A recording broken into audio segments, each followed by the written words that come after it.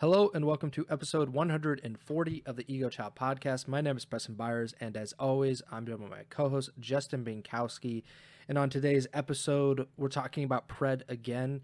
He finally addressed his departure from OpTic Texas this past week, and we're going to dive deep into what he said and kind of how it could relate to a potential roster change maybe at some point in the CDL season. And we're also going to give our final power rankings update of the 2024 calendar year. The first 2 weeks of the 2025 CDL season are finished. We are now officially on a holiday break until mid-January, but we will give some tender love and care, I guess, to our power rankings as we go into the new year. But before we get to any of that, how are you doing, Bink? I am doing all right, as some of you can probably see or maybe tell from the audio version. I am trying out a new mic that Preston got me for Christmas, so thank you once again, Preston. Going to be some trial and error with this because I've never had a stand mic like this, but let me know in the comments if you guys think it sounds better or worse, or if I should do anything different and whatnot. But yeah, other than that, kind of like you said, we got some little housekeeping to do, and should be a fun one. Yeah, we're gonna probably have some trial and error with the microphone, as you know, I've attested to with my own experiences with microphones. It's kind of hit or miss at times, but again, like Bink said, if you have any thoughts on the audio quality with Bink's new microphone, let us know either on YouTube or on Twitter or something, and we can try to fix it if it's not good, or if you really like it, then I got my money's worth, I guess, on the Christmas gift. Let's start with the PRED stuff though, because this was unexpected. I texted you, I don't even know, like at 2 a.m.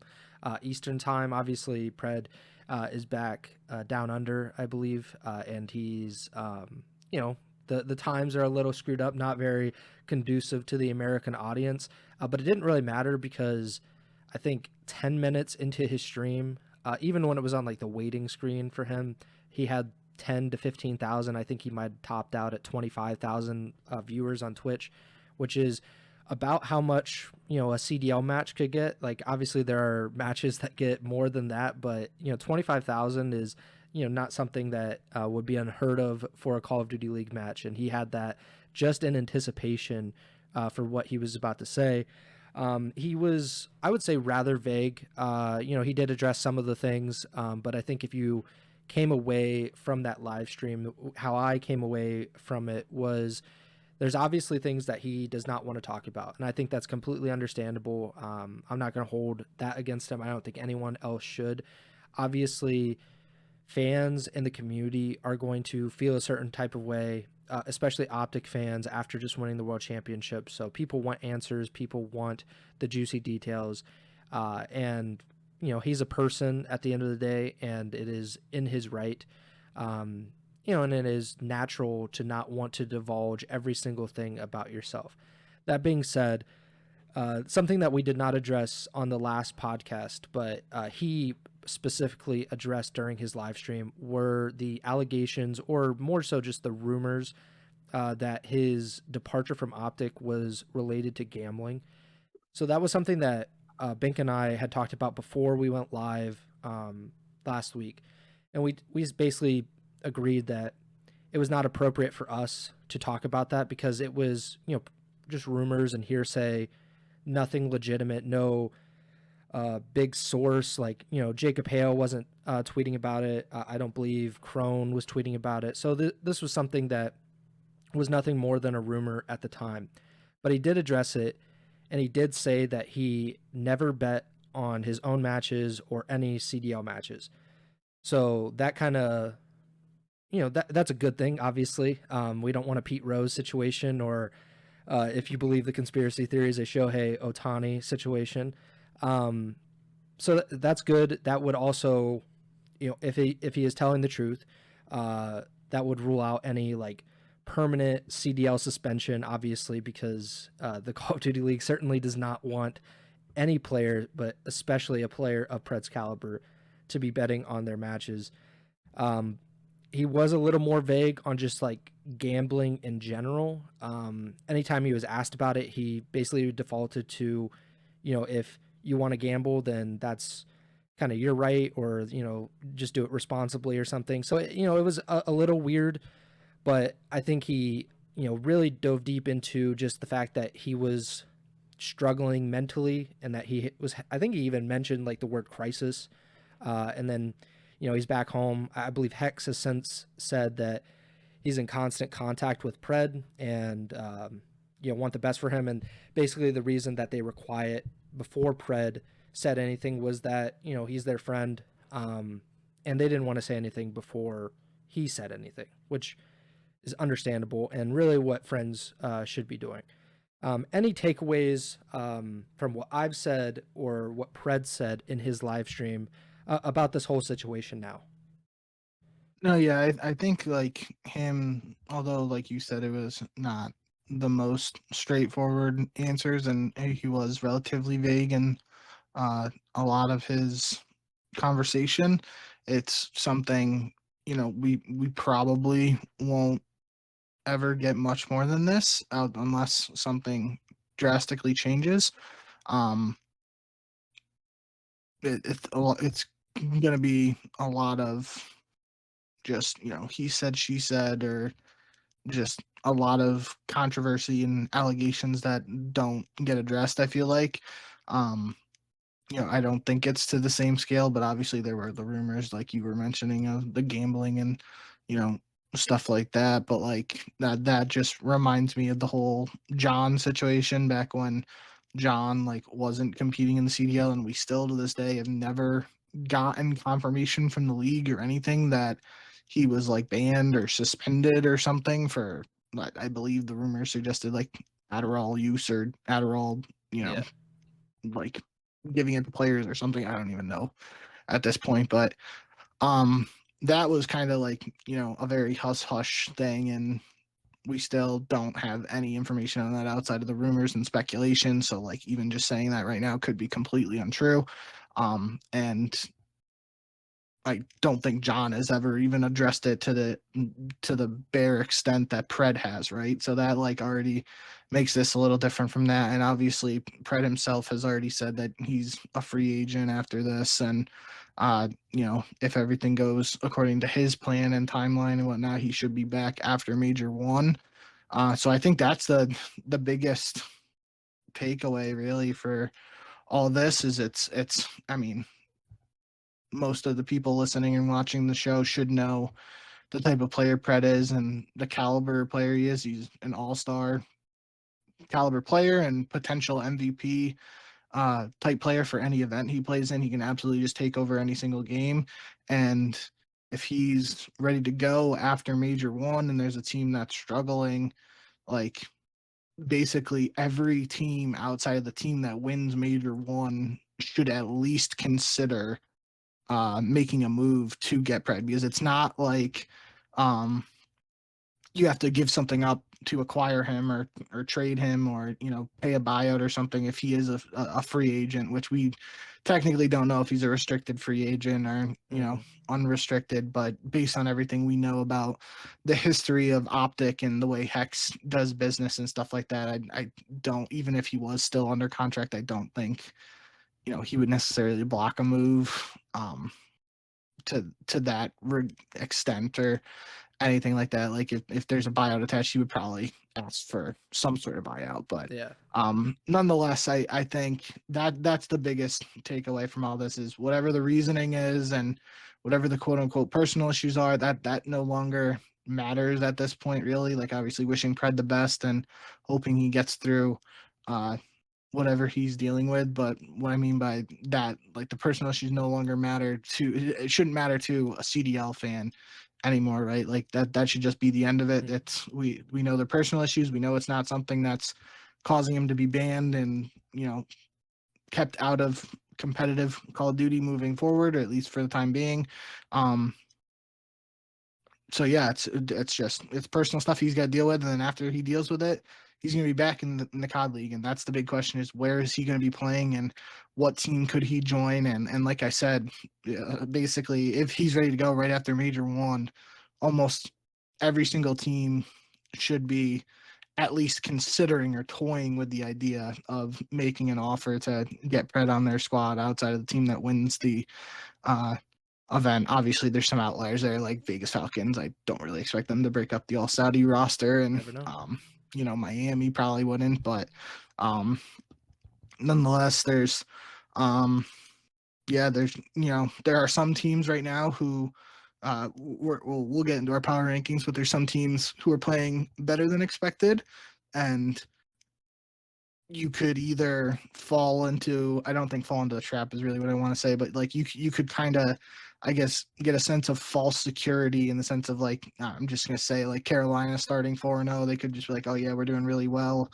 We We don't don't need even have Pred. to think about Yeah. acquiring someone like Pred, when realistically like Pred is an upgrade for that roster no matter how well they're playing, right? So you could enter in that situation, or you could be a team like Atlanta FaZe and be like, yeah, we're struggling right now. If we can get someone like Pred, like might not make sense from a role perspective, might have to change some more stuff up, but realistically it can't get worse, right? So maybe we throw a dart and get someone like Pred, and that would be crazy from a specific FaZe perspective there. So yeah, that's definitely my overall takeaway from all this Pred stuff, is obviously wishing him the best. Hope he gets through this stuff, and I hope to see him back on the COD servers as soon as possible. And we'll just have to wait and find out what team that will be on, because that is going to be the most exciting element of all this. That's false sense of security that you mentioned. I think that was something that, when I think of that, I think of LAT to end last season, because we even talked about as we were going into the offseason. Obviously, they get second at the Esports World Cup. They were, I think, they were very close to beating Toronto at Champs, and they were very competitive at Champs. So they finished the season off on a really good note, but we both said like this roster doesn't seem to be like a championship level roster, like on the same level of OpTic and FaZe and Toronto at that time. And so we were kind of wondering, like, does LAT stick with their roster and just bank on we're just going to keep improving as a team, or do you try to make a move? Obviously, LAT went for the latter. They went for multiple moves. They created a super team with Scrap and Hydra and Envoy coming in to pair with Ghosty. So, maybe that is something that, a team like Carolina, obviously, we don't know what the financials of this kind of move is, like how much money would Pred cost for a CDL team. But you used Carolina as an example, and I think they're the perfect example, especially at this point in the season, where maybe you think, well, we got TJ and we got these guys, like we feel like we can win with this roster, but Pred does seem to unlock another level or maybe raise the ceiling of multiple teams. I think every team in the CDL, depending on who he's replacing. So, I definitely agree with you. I think it's so interesting. And I was pretty much flabbergasted that he said he was a free agent. Granted, like you mentioned, we're not 100% on if it's like a truly unrestricted free agent or if he's a restricted free agent, how that works and whatever. But it just seems odd. It doesn't seem to make any sense why he would be an unrestricted free agent, but I feel like this is kind of like an unprecedented thing that's happening. Obviously, we've had players like Illy last season. Obviously, just like he was the best player on Seattle, and then the allegations or whatever, the rumors, and then he's not on the team anymore, and he wasn't in the CDL the rest of the season, and he still hasn't returned to the CDL. That kind of stuff, has happened. But the World Championship team from last season, like 2 matches in, having to make a roster change like this and then just outright releasing him would be unprecedented, and something that I don't think we can like accurately predict how or what kind of development will come next in all of this. But yeah, man, FaZe I think is gotta be at the top of the list, like just as a potential landing spot with how these first 2 weeks have gone for them. And, obviously we have to wait and see because he's not going to get on a roster, it seems like, until after Major 1.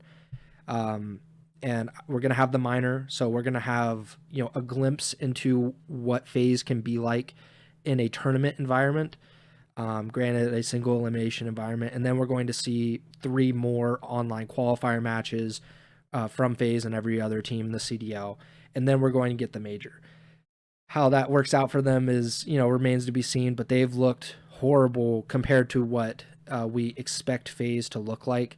And I think PRED, I don't know who exactly he would replace, because I don't think it's as simple as FaZe just saying like, okay, we've stuck with this trio and then we're just going to keep dropping the 4th guy for Yeah, another yeah. guy. So I don't think it's like a guarantee that Draza would be the odd man out in this situation. But it would be a really interesting move, and I think the OpTic FaZe stuff and like I don't think it's like as big of a rivalry now, because you know they haven't been competing directly for championships the last few seasons. They've kind of like been hot and cold at different times, but I think it would add something, especially to the race for the top 3, or what we expected the top 3 to be coming into this season. But I'm just interested in general about what happens next for PRED. Yeah, I think you saying there that, FaZe would be the top of your list for, potential landing points right now, and I definitely agree with you on the whole, like, not knowing who it would be for, and not just like continuing to like let that 4th player, like you said. For me, actually, though, the first team I thought of was Cloud9, and that's because literally it's his old Seattle Surge team. If Yeah. he went in for Kremp, it would be him, Mac, and Sib, and then attach in for accuracy, but accuracy would be coaching. So that felt like to me, and obviously that's no shot at Kremp or anything. We've gassed him up a little bit, especially on his performance at the end of last year. But again, this is MVP caliber player potential to get. So I think that with like the connections and everything he has with those players and the coach of the team too, that's the one that would be at the top of my list. As you were talking, I was kind of thinking too, just another one that I don't see happening because of how well they played and how well Jodeci's and Kleenex have looked right now. But in a just absolutely wild scenario where Toronto went on a limb and got PRED, a PRED and Kleenex sub duo might be one of the most disgusting sub duos of all time. And that has me just thinking about it is kind of crazy. So, I again don't see that happening, especially based on the way Toronto's been playing and everything we've heard about, Jodeci and Kleenex working together and working well so far. So, yeah, I think there's, we kind of mentioned Carolina and FaZe there too. Just as again, hypothetical landing spots, even despite Carolina's strong start to the season too. Another team like Gentlemates, especially because they're more towards the bottom, they're technically, again, like we said, Vegas probably wouldn't be in the running for acquiring PRED due to the language barrier and all that stuff. But Gentlemates, we also don't know like what their willingness to spend will be in terms of making roster moves and stuff. We also don't know if there will be any restrictions on that due to just the LAG connection that they have, because if like, however that merger is working or whatever, if LAG is still, God forbid, LAG is in charge of roster moves and Gentlemates is just in charge of like having the name and doing the watch The parties and wallet has stuff, then like, cobwebs growing on it. yeah. So I don't know how that would work. I also don't think from a roles perspective it would really be necessarily a great fit, because like I don't see PRED replacing Kismet or Lens. It would probably be for Priesta, but then you basically have 3 subs there, and maybe PRED would use an AR. I don't know, but that's just at this current point, like 0-4 Gentlemates team. That's just the team with the worst record 2 weeks into the online season that could potentially make a sort of splash move to get PRED. So I think overall we both kind of said it now. There's a lot of speculation, and speculation isn't even the right word, but just anticipation for where PRED could go, because it could even be a domino effect, right? Like, let's just say in some Stranger Things esque universe, PRED joins Atlanta FaZe, and it's not for Draza, and it's for one of the Tiny Terrors. Obviously, I don't think there's any universe where Atlanta FaZe drops Probably Sync. not, I but still don't think there's any universe where they drop a BZ, but just for the sake of having a fun argument here, PRED signs with Atlanta FaZe because Atlanta FaZe stinks at Major 1 and he replaces a BZ, then that's the first domino to fall, because then a BZ can't just be on the open market for too long. Some team's going to snatch him up. It's going to cause somebody else to make a roster change. Then if it's, let's just say, for lack of a better example, too, OpTic stinks at Major 1 and a BZ becomes available, and then a BZ replaces Hook on OpTic. Like, you get what I'm getting at here. There could be a major domino impact from PRED joining. There is also the realistic possibility PRED just joins one of these teams, and that's the only move that happens. So, a lot of stuff could happen here, and it's a really exciting time, even though there is a lot of the negativity around the rumors and stuff.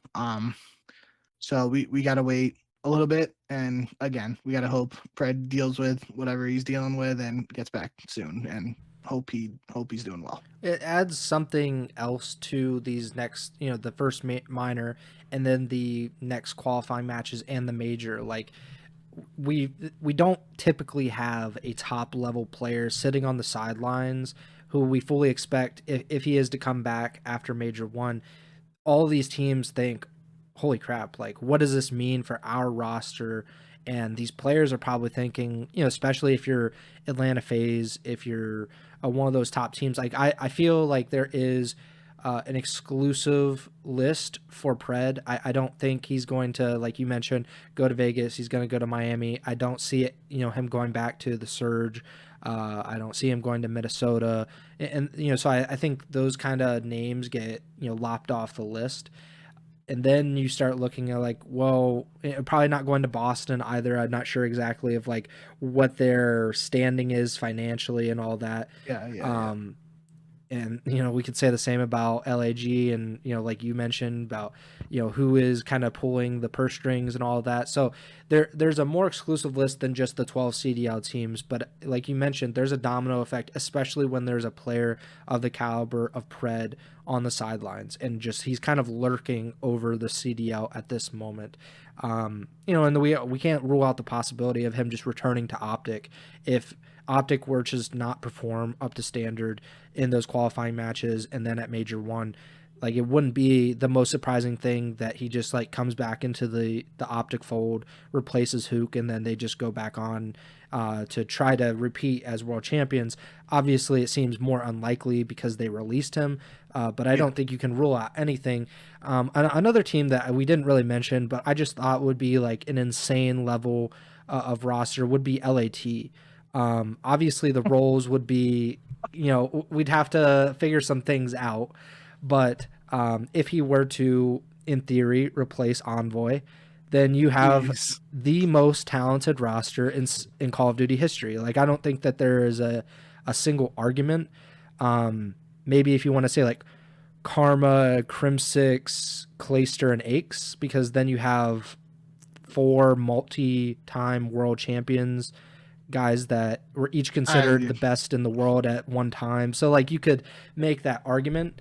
I think you made the argument too for Scump Formal. Yeah. Clay, or Scump Formal, Crim and Karma. Yeah. So like, but they're already in that category at that point. Like, they're at least just on paper. We'd have to see the results, obviously, because, if we just went off of what happened in paper, like, FaZe would probably be like 3-time world champions at this point, and, we'd be talking about the Tiny Terrors as, like, the undisputed best players in COD history. Obviously, things haven't worked out quite that way. But I just thought that was an interesting thought. Obviously, LAT made all of these big moves in the offseason to bolster this roster. They, pretty much went completely against what they had said publicly previously about, like, we're going to be more financially responsible. We're going to try to break even, to, holy crap, let's buy out Hydra. Let's get Scrappy in here. Let's get Envoy. Let's make this super team to be competitive at the top of the Call of Duty League. And they've done, I would say, more questionable things before with bringing in Hook, obviously, a few years ago. And, just thinking like he's got to be like the solution to some of our problems. And then obviously didn't work out the way that they wanted. And, they made a change at that point. But LAT has proven to be aggressive in some of the moves that they have done in the CDL since they've joined the Call of Duty League. And I wouldn't be stunned if something like that happened. Obviously, if they're the favorite right now to win Major 1. I think both of us would think that they're the best team currently in the CDL. A lot can change between now and the end of January when Major 1 is. So, we're going to have to keep that in mind as we go along. But, just kind of wrap it up. Like PRED, if he is to come back after Major 1, but even if he isn't, and we just kind of think that he is, he kind of is like a cloud over the CDL at this moment. Not a dark cloud, but just like, oh, that's kind of weird. It's a funny shape. Maybe we should keep an eye on that one. But he's one of the best players, and obviously he didn't have like the best start to this CDL season, but there was only like 2 matches, so I don't even know how much you can put into that kind of start or anything, because people were saying how bad he was like toward the end of last season, and then he was very good at champs, and he was a big key to why they ended up winning champs. But I'm just interested to see how all of this plays out. Obviously, if we hear any more about this very bizarre situation, and maybe we'll hear more rumors, I'm sure if he is coming back after Major 1, we'll start to hear a little more scuttlebutt, I guess, about where he might be going or who he's interested in, so on and so forth. Do you want to now go to the power rankings portion of the podcast? I don't remember exactly when we did the power rankings, like what episode that would have been. It would have been, maybe an episode before the CDL season started, or 2 episodes. Yeah. But it was right before the season started, 3 weeks ago now, I think. And we both did a set of power rankings. We individually did it. I think I had 5 different categories, maybe 4. I believe I had OpTic like in their own tier as the champions, and I think I had 4 additional tiers below that. I think you had 4 or 5 as well. We did it episode 135. So if you want to go back and listen to kind of our rationale behind why we thought what we thought at that time, you can go ahead. I'm sure some of that looks really silly, especially any time that we talked about like Carolina or FaZe, just based on the results of the first 2 weeks. But that you can go back to that episode and listen and look at some of the power rankings that we did. Then we're going to update our power rankings. I didn't even look at my power rankings from then and just compare them. Like I just wanted to go in with a fresh slate, kind of a clean slate, and just say, okay, this is what I think of the CDL now. It's not based on anything that I said before. I changed my opinion on, I think, quite a few teams since then. I haven't even seen Binks, or I pulled it up, but then I didn't really like dive deep into it. So why don't you, Bink, talk about your power rankings and why you have teams where? I'll pull it up on the stream. So if you're on Twitch, twitch.tv/Ego Chall Podcast, if you're on the YouTube channel, whether you're watching the live stream or you're watching the VOD, you should be able to see the power rankings in just a second. But if you want to talk about it. Yeah, so I did this literally really quickly before we just went live about less than an hour ago. So I didn't put a ton of thought into it. The one thing that should immediately jump out to everybody is just FaZe. Like I really didn't know where to put them or how to categorize it, and just based on the start. So they're kind of in a tier of their own in the middle there. I know we vaguely mentioned it at the end of last show, like I didn't feel comfortable putting Toronto ahead of them just because Toronto won one online match against them. So I think like for lack of being able to do like sub tiers or whatever, I would probably do without just having a bunch of tiers. I would do something with Toronto and Atlanta there, but kind of splitting hairs at this point. And again, it comes down to how much you are worried about FaZe's performance in these initial online matches and how much your stock you're putting into Toronto's performance against Atlanta in this one online match that they played so far this year. So outside of that, I kind of took a little bit of a cop out with some of the lower ranked teams. I think it should be no surprise at this point. Like LA Thieves at the top on their own. I kind of hinted at that. Like until there's a reason to pick against them, I'm just not picking against them, and I think they clearly look like the best team. Wasn't I know Carolina's 4-0. I really didn't want to put them in an A tier, especially because again, I didn't want to put them in A and not like it felt wrong to put them above Atlanta, even though they did beat Atlanta. And then that would I don't know. I didn't really have too much time to think about it and didn't really feel super comfortable doing that and putting like Toronto and Carolina above Atlanta. So that's a little weird, but I think the classification I got there just better than many fans expected is definitely a good way to describe Carolina and Boston's start to the year. Just that clump of teams under that, the Rocker are 2-2. Obviously, the other teams are 1-3. Still want to see more from all of those squads. Cloud9 being the big one in there just because of the whole ping issues, server issues, etc. We know the potential of that team, and we've talked about the potential of that team heading into the season, but seeing what they're capable of doing on a more consistent basis, and just for all of those teams, seeing more matches, seeing a bigger sample size out of them is going to give us a better feeling of where they should be. And then just that last group there, the teams without a win, couldn't really put Gentlemates higher just because they are 0-4, even though they've had some close matches, especially as we highlighted last episode.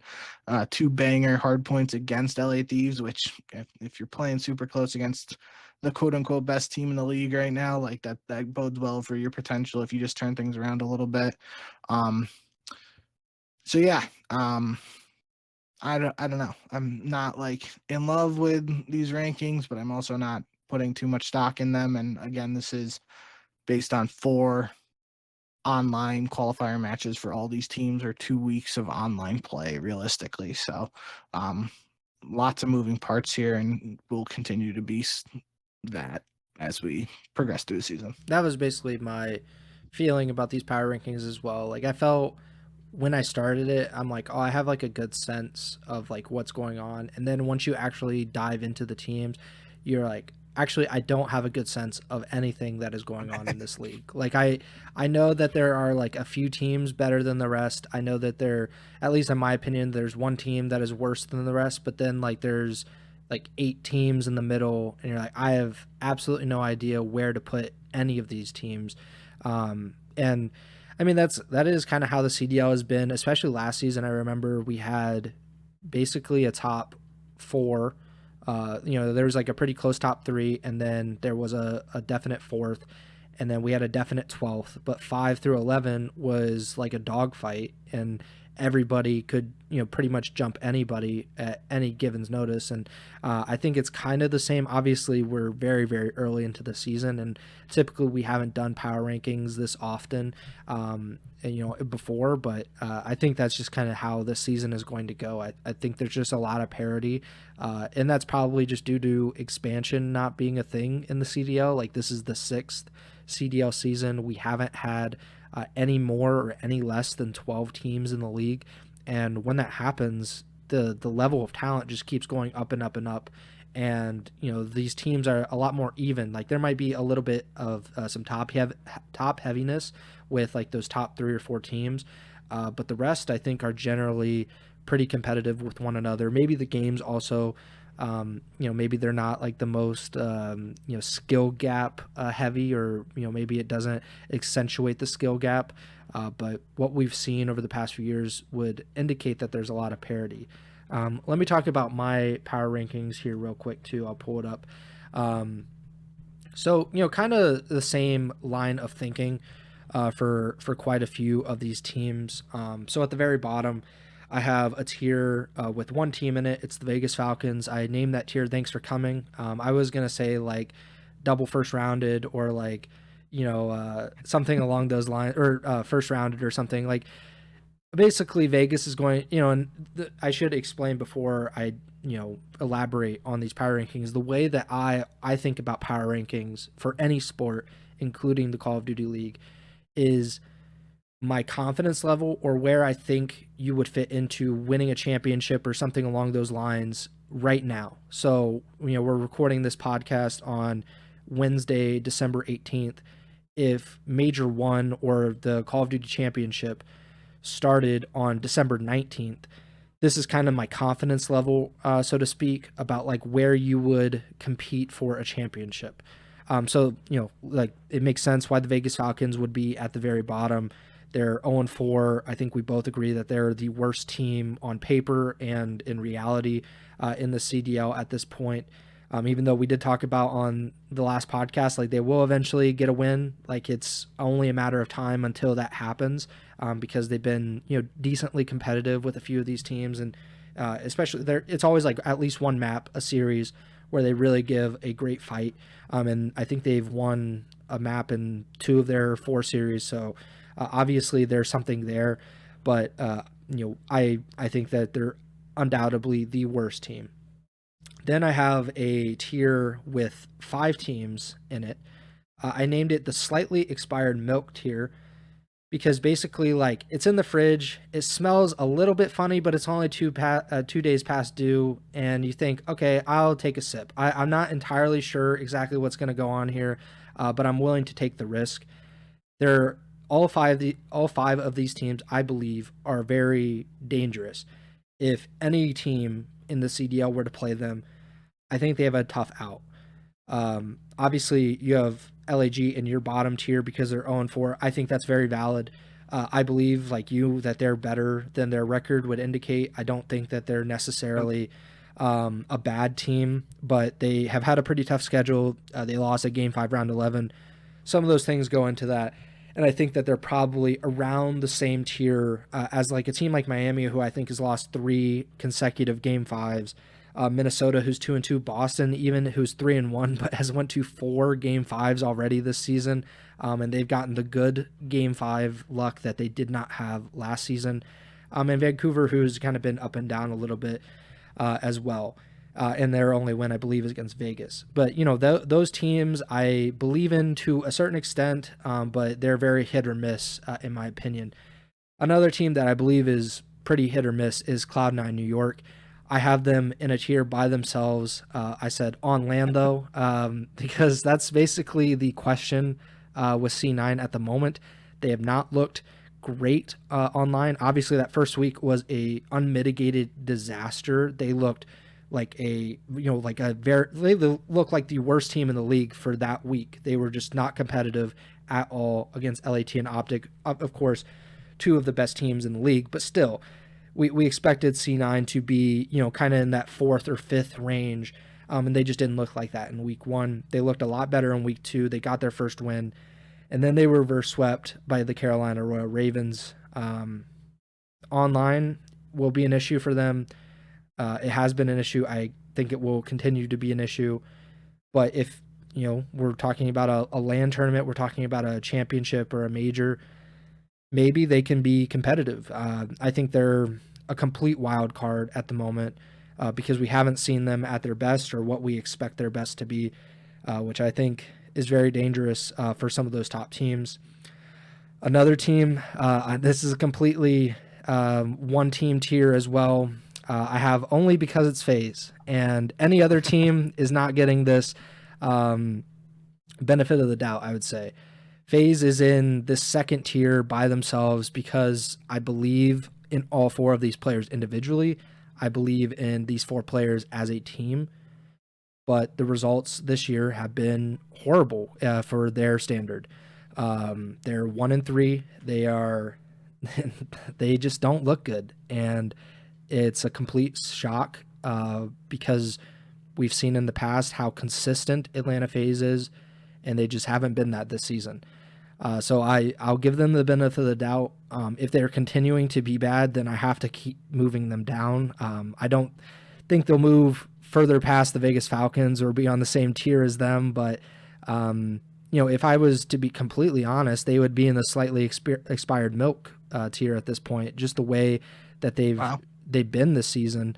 But like you, I'm giving them kind of the benefit of the doubt just because of the championship pedigree, the talent on that roster. It would indicate that they're a better team than what they've shown, and a championship level team.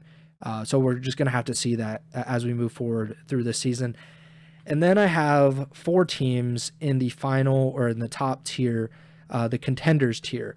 So I was kind of debating internally about whether to put the Carolina Royal Ravens in this tier, but because I do think that they're the biggest question mark in this tier in terms of like their actual competitive or contendership viability. Sure. But they're 4-0. They have played really well. They reverse swept C9, who we thought would be a top 5 team. They've looked really good, and that can't be denied. And I think a lot of Call of Duty is based on momentum, and they have a ton of momentum. And I just don't think at 4-0 in the way that they played, I don't think I can actually put them on the same tier as like FaZe or C9, especially because they beat C9 and they beat FaZe, like they dumpstered FaZe and Hardpoint. So I think they're above them. They're definitely going to be a question mark as we move forward into the new year and we get into the final set of qualifying matches and the major. I'm just really interested if they're going to be able to keep it up or if this was just kind of like an early season surge. And then I think the top 3 is pretty undisputed. LAT, OpTic, Toronto. Those teams are, Toronto is a surprise for me at least. I didn't expect them to be this good this early, but they certainly are.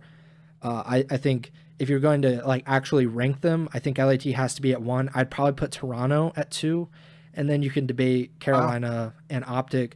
Just because with the OpTic thing, that for me is just the question of like, is Hook actually going to be able to replace what PRED had, and like OpTic has struggled with consistency in the past, and obviously that's not what you want from a championship level team. Like the fact that they were so bad at the end of the regular season last year and then they won champs was kind of a microcosm of what OpTic is. So we've only seen 2 matches with Hook in this OpTic lineup. They nearly were reverse swept in the second match. I'm just kind of waiting to see if Hook is the answer to kind of their consistency issues or is just able to keep them at this championship level that they finished last season with. But yeah, Toronto and LAT are undefeated as well. They're great teams.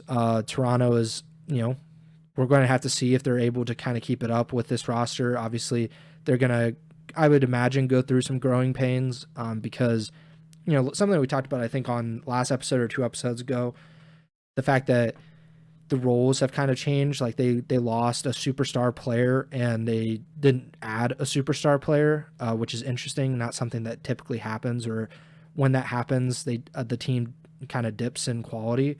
But that just doesn't seem to be the case with Toronto. And then there's LAT. Like I think we both talked about it. They're a super team of super teams. Like they're just one of the most talented teams that you could put together in modern Call of Duty, and they would seem like the championship favorite at this current point in time, but they had really hard games against LAG, and LAG's 0-4. If that says more about LAT or LAG or maybe just the madness of the battle of LA, I don't know, but I think that those 4 have to be, at least in my opinion, be considered contenders. If we're just saying like there's a tournament tomorrow, which 4 teams are you the most confident could make it to championship Sunday or get be in that top 4? I think those would be those teams. Any thoughts on my power rankings as I've explained them?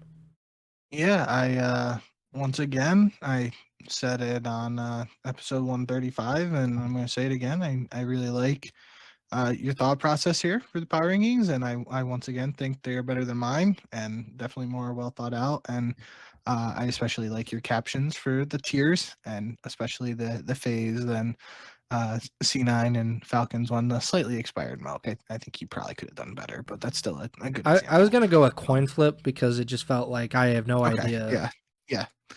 Um, but yeah, obviously, I think the one thing that jumps out to me about your rankings and probably for everybody else listening and watching would be the Royal Ravens. But I definitely like the way you broke it down, and I mean, it kind of feels like at this point, and I went through it a little bit with my rankings. It's just like there's not really a good spot for Carolina, and like you don't want to discredit their 4-0 start, but how much weight do you want to put into the 4-0 start? And like you said, if they beat FaZe and they reverse swept Cloud9, like so putting them with those teams, like again, how much stock are you putting into those individual matches? So like that's the only thing that kind of jumps out to me a little bit about the rankings, and I think that's probably um what would be the most debated or contentious point here.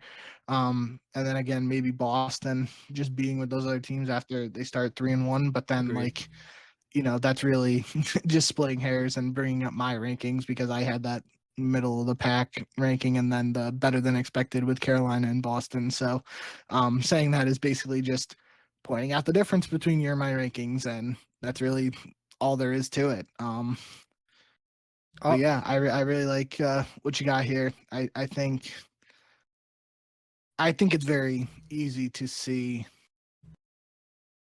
LA Thieves, OpTic, and Toronto potentially winning the first major. mhm. Obviously, probably easier for some people to see LA Thieves than the other teams, but the way Toronto's played, and if OpTic continue to improve with Hook in the lineup, then you make that. Um, you can make the case there. Carolina again, I think it's you don't want to discredit them, and it's awesome they're 4-0, but you want to see more, and you want to see them against some of the top dogs. But then they've done it against the quote unquote top dogs with not necessarily LA Thieves or OpTic or Toronto, but FaZe and Cloud9. At least Cloud9 might not have been in the quote unquote top 3 heading into the season, but they were still in the conversation for like that 4th through 6th role kind of. So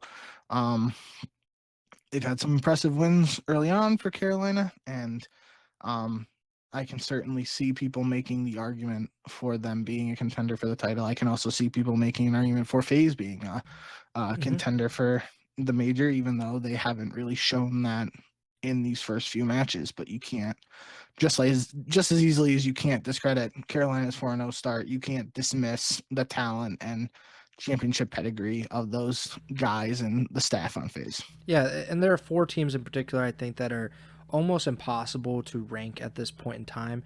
It's Carolina, Atlanta, C9, and Boston. Like, if you're going by records, then you're gonna say, well, why aren't Carolina and Boston near the top? Carolina's 4-0, Boston is 3-1, with one of those wins being against OpTic Texas. OpTic's only loss right now is to Boston. And then obviously FaZe and C9 have been disappointing to this point in the season, but I have them over Boston. I think most people, if they're kind of trying to project and predict what's going to happen, I think they would probably have them over Boston. But I think those 4 teams are just like nearly impossible because you're thinking like, okay, Boston is 3-1, but all 4 have went to Game 5. They've won 3. I don't believe that they have like the championship level talent that a team like C9, Atlanta would have. You could probably say the same exact thing about Carolina, even though they've beaten both of Atlanta and C9. And definitely, if you're just like looking at the results of the matches, they are undoubtedly one of the best teams.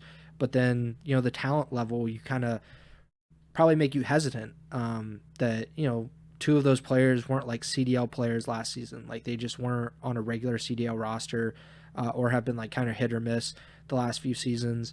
TJ was on Carolina, obviously Gwen was, and Gwen is kind of like pushing them into, I think we know that Gwen is going to be somewhat reliable on being like a star player, but it's going to be like who's going to be like his Robin essentially to his Batman. And that's kind of like where Carolina will end up depending on if they can find a Robin consistently.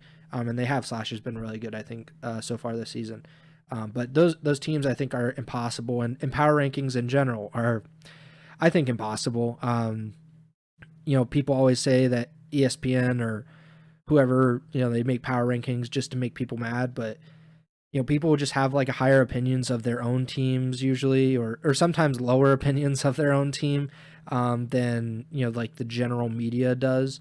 And especially this early in any season, whether it's a sport like football or basketball or the CDL, doing power rankings 4 matches into what is essentially like a 40 match season. Like we're like 10% of the way through. Like it's almost impossible to like accurately predict what's going to happen with these teams.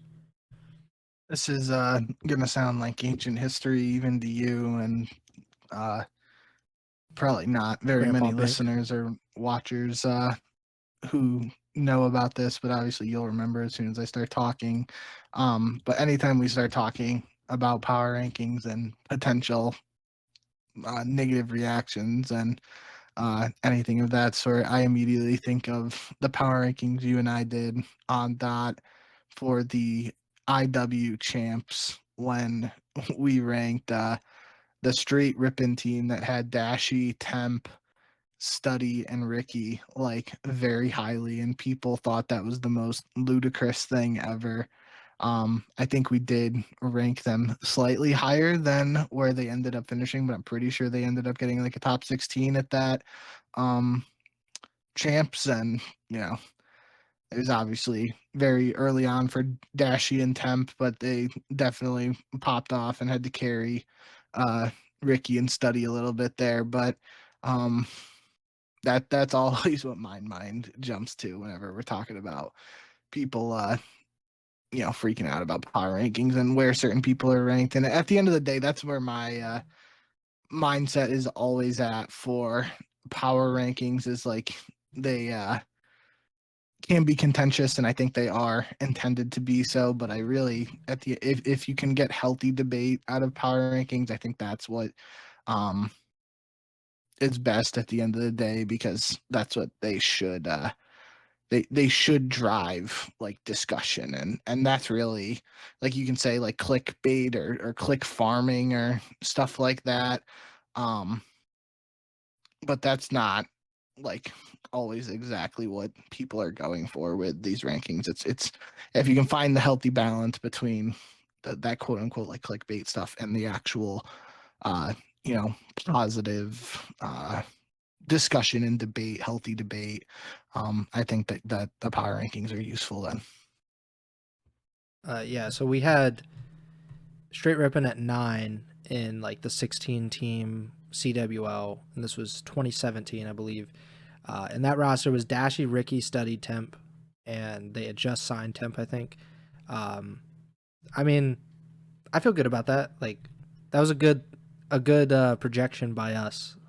I if I remember correctly, it's because they weren't like an actual CWL Yeah, team. they were They like qualified through the last chance qualifier or whatever, like the amateur equivalent back then. So they weren't one of the quote unquote pro teams. But then, like, I saw you circulate, like you had an Epsilon team in there that literally went like winless in one stage or whatever happened. Yeah, I mean, honestly, like these names seem like so weird looking back, because who would have been the best team? So LG would have been one of the best teams at this point.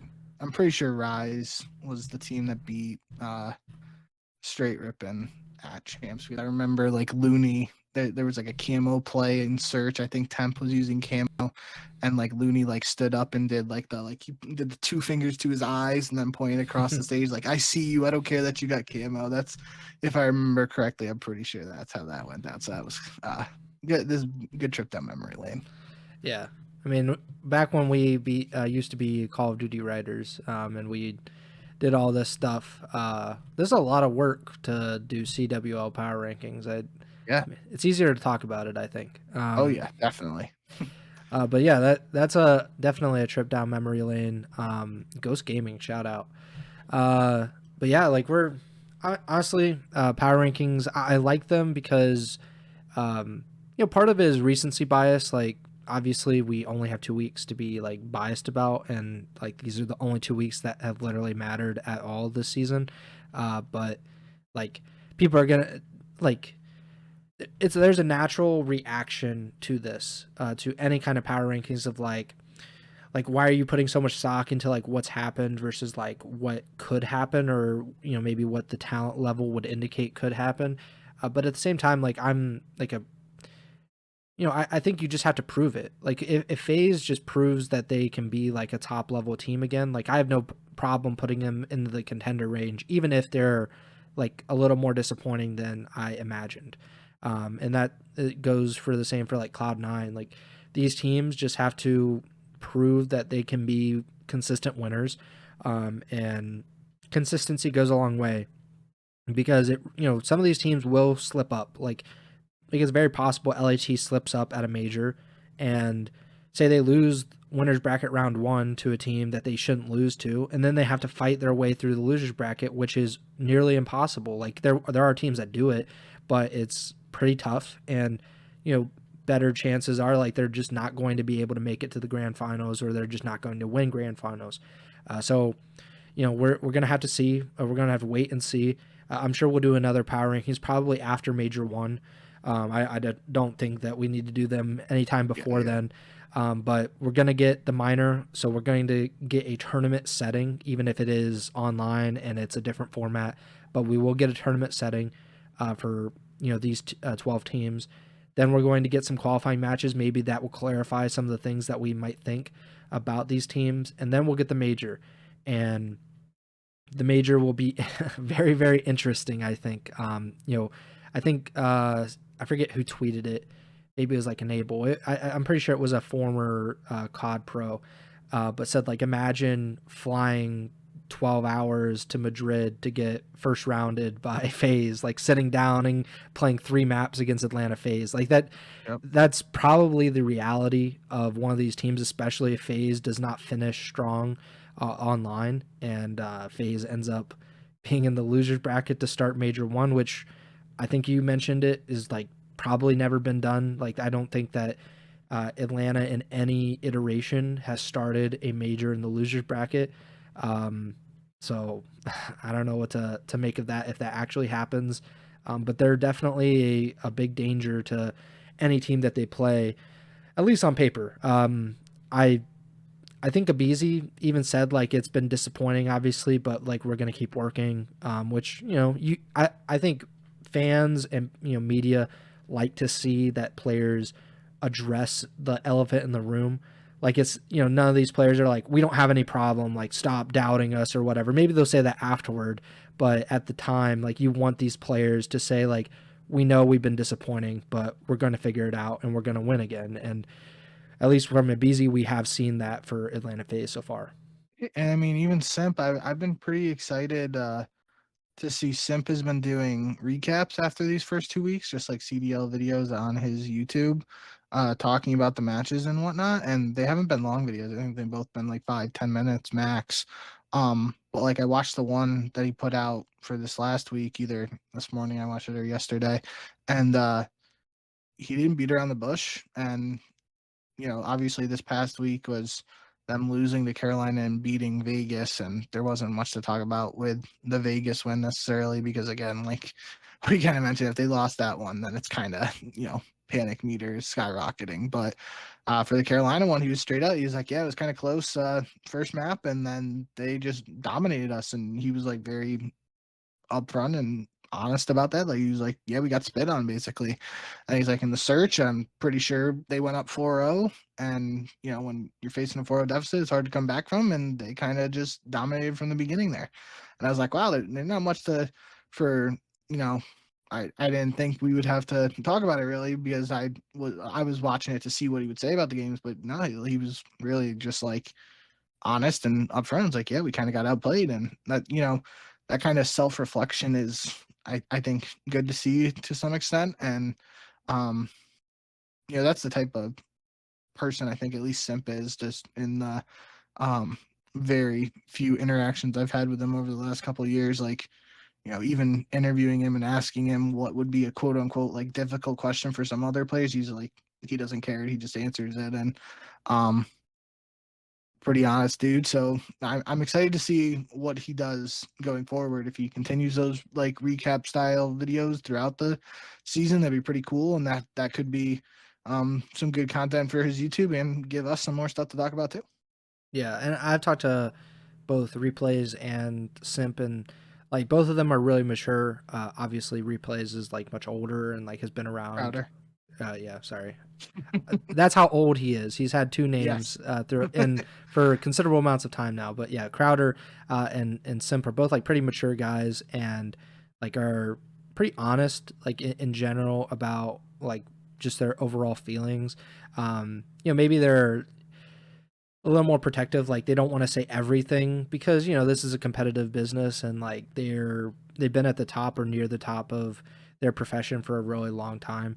But like and I think it's always intriguing to see how some of these players and teams deal with adversity. Like FaZe hasn't dealt with a ton of adversity, generally in the last like 5 or 6 years, especially like Simp came in and just started winning like right off the bat. Like they had Yeah. like whatever Anaheim, and they got like sixth place, and then like his second or third event they win the playoffs in what was that, Black Ops 4, and then they win champs. Like, so two of his first like 3 or 4 events he wins a championship. He's like instantly like the best rookie season, even though he only played like half of the year. So and then he went to FaZe, and they've been the top regular season team. They win a world championships, and he's undoubtedly like one of the greatest players in Call of Duty history, like in terms of talent. Just 2 MVPs, 2 championships. I think he has a champs MVP now as well. Like, there are just things that you can say about him that you can't say about other players, and yet he seems to be dealing with this adversity and this rough start with FaZe pretty well, all things considered. Whether that actually means that it'll change and they'll be able to turn their season around, obviously it's very early, but they definitely don't want to get into too big of a hole, especially if they're trying to compete for like one of those top seeds with OpTic and LAT, Toronto, maybe Carolina. We'll see what happens there. But yeah, I think that about caps it off with the power rankings. Like I said, we'll do them at some point, maybe early February next time, and I'm sure they will change quite a bit from now until then. That probably does it for the show. I will say that obviously we're going into the holidays, and the schedule will be a little bit different, at least in terms of the podcast. If you're subscribed to the YouTube channel, you can search up Ego Chall Podcast on YouTube. We will be uploading a new video every day. They will be kind of cut up from the last 2 episodes of this one and the last episode that we did. And so, if you listen to the full episodes, I'm, credit to you. Thank you very much. So you might not be getting any new information from those videos, but for people that, want maybe shorter little bits of information at a time and kind of pick or choose what they want to listen to or watch, we will have a new video every single day. Some of them will be as short as probably like 5 or 6 minutes. Some will be as long as like 20-25 minutes. Just kind of depends on what we're talking about. But we hope to have a new video on the YouTube channel from now until, who knows, like I hope that we're able to continue it until we get back to doing podcasts on a regular basis, which will be toward the end of the month. So because I'll be out of town this weekend, so there will be no live podcast on the 22nd, I believe it would have been. So, no live podcasts this coming Sunday, no live podcast next Wednesday, which would be obviously Christmas. And then we will do a live podcast when I get back in town. I believe it's on the 29th, so that's Sunday before New Year's. We will be live on twitch.tv/Ego Chall Podcast. We'll be live on the YouTube channel. And then the podcast itself will go on to the feeds the next morning, so the morning of the 30th. And then we should be back to a normal schedule. If that changes, I think the best way is just to subscribe to the YouTube channel, follow the Twitch channel, or subscribe or follow the podcast feed. That really will help you kind of see what's going on with the podcast in general. But we hope you enjoy those videos. If you like what we've been doing, please let us know if you have any suggestions. Obviously, we have a few ideas for what we'll do to kind of fill the space. Obviously, the minor doesn't begin until January 10th. So we'll have like 3 episodes from when we get back to until the minor. One of those shows will be the minor preview. If you are kind of a new viewer, a new listener, we do a preview of every major. It'll be a little bit different with the minor, I guess. But the thing will be the same. We basically just go through the bracket. We give our predictions for the first round, and we give like our predictions for the winner, our dark horse. We'll just kind of discuss some of the matches, what we're looking for as we get into the tournament. and then we'll go from there. We do have a few different segments as well. We want to talk about like what teams should be asking for Christmas, or maybe what teams want to do in the new year, what they need in the new year. We also want to talk about what the CDL should do in 2025. Obviously, we're in the sixth year or sixth season of the CDL. I think this might be the seventh total year or something like that. But we have some suggestions. We have some thoughts that we will share as we get into the new year, and talk about what we think the CDL could do to improve, or just maybe competitive Call of Duty. We don't have to necessarily limit it to just what the CDL does, but I think we take a top-down view from this. But we'll talk about all that stuff on some of the podcasts when we get back. We hope you enjoy your holidays. Merry Christmas. We'll see you before Happy New Year, so I won't wish anyone a Happy New Year just yet, because you have to come back to the next podcast to get a Happy New Year from me. But we will be back probably December 29th on that Sunday. If you're just a podcast listener, it'll be in your feeds Monday, December 30th. And we'll be talking about a whole lot of things until then. That does it for me. Bink, take it away. Yep. Thank you guys, as always, for all the support. The YouTube stream and chat wasn't popping off as much tonight as in recent episodes before this, but in general, we've gained like 20 subs on the YouTube channel alone, which, might not seem like a lot to other people, but for us, it's definitely noticeable and definitely means a lot. So thank you guys as always. Shout out Preston for the new mic. Like I said earlier on, let me know if you guys have any thoughts or, whatever on that, if I gotta move how I'm sitting in my setup and stuff. But also shout out Preston for all his work on the YouTube channel in general, making sure we got like consistent uploads basically every day over this month. So really excited to see the direction things are going heading into 2025 for the pod and for the CDL too. But yeah, happy holidays, Merry Christmas to those celebrating. We'll see you guys back on the pod as soon as we get through all that stuff. And yeah, like Preston said, we got more to talk about. So just stay tuned, and we'll see you when you see you again. Thank you as always. And remember to send the chow.